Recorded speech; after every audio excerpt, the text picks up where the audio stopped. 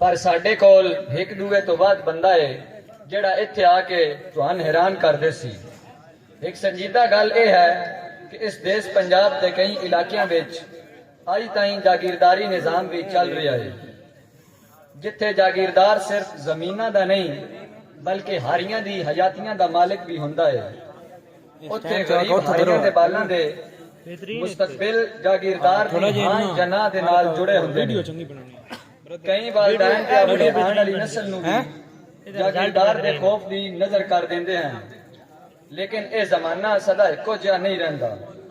ऐसे वालिदैन भी हुंदे ने जिहड़े इस खौफ दे बुत नूं टोटे टोटे कर देंदे हन ते अपने बालां नूं तालीम दा जेवर देंदे हन। वालिदैन दी यह कहानी एक नज़म दी सूरत विच पेश करन दे वास्ते मैं 12वीं जमात दे एक गबरू जवान नालैन अब्बास नूं स्टेज ते दावत देना। जोरदार इस्तकबाल करो एक बड़े परफॉर्मर्स नालैन अब्बास दा।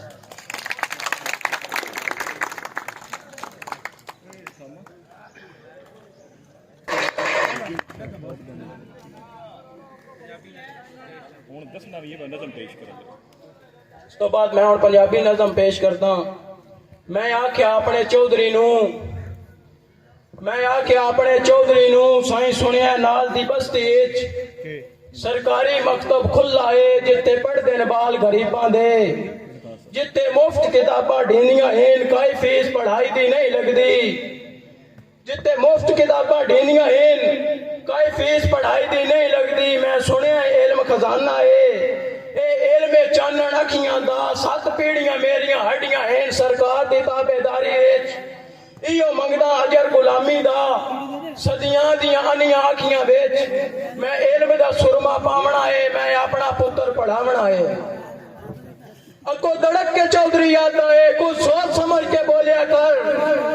अगो धड़क के चौधरी याद आए कुछ सोच समझ के बोलिया कर। तेरा पुत्र स्कूले जासी तां इनू वेख के पिंड दियां लोकां नू रीस औसी बाल पढ़ावण दी। जे रस्म पढ़ाई दी चल पई तां मेरे बखत दा सूरज ढल गई सी।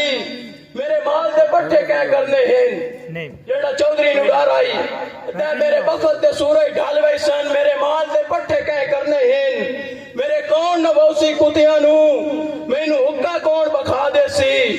मेरे बाल शिकार ते जासन तां लड़ कौन मरे सी गड्डी दे। ओदे सुन के बोल अकारत दे चुप करके घर नू रलक पियाऊं रिया बसदा सावण अखियां दा। सारी रात सुचैनिया गुजर गई। मेरा पुत्र है नाजक फुल्ला तो मेरा पुत्र है नाजक फुल्ला तो नहीं आग रख सकदा डफे ते नहीं गरम हवेजा चा सकदा। यह सोच सुचैनिया आंख लग गई। एक वेख्या मंजर ख्वाब दे विच मेरी पुत्र दी कंड ते बसता है ओदे हाथ विच हार है फुल्ला दा। उतां अडियां चा के गल मेरे ओ हार पवावना चाहंदा है। अजी आंख दा ख्वाब अधूरा हा उदो घर दा कुंडा खड़क गया। मैं पूछया कौन है की जानना है। अगो बोलिया मुंशी चौधरी दा तेनू चौधरी साहब सदेंदे हैं। मैं आख्या आखी अपने चौधरी नू मैनू ना फरमानी माफ करे। मेरे पैरी लाई दिया बेड़ियां हैं मेरे आका बात मफलूज तो नहीं। मैं आजला डेढ़ चू ढो लइए मैं कहीं दी नौकरी नहीं करनी। सिर देसा हेठ तंगारी दे हाँ देसा चीर पहाड़ा दा रुख देसा मोड़ समुद्रा दा। अवांजा की अपने चौधरी नू सिक्खी अटकल आप बखावण दी या हुक्का पीवना छोड़ देवे। सदियां दियां नियां अखियां विच मैं इल्म दा सुरमा पावना है, मैं अपना पुत्र पढ़ावना है।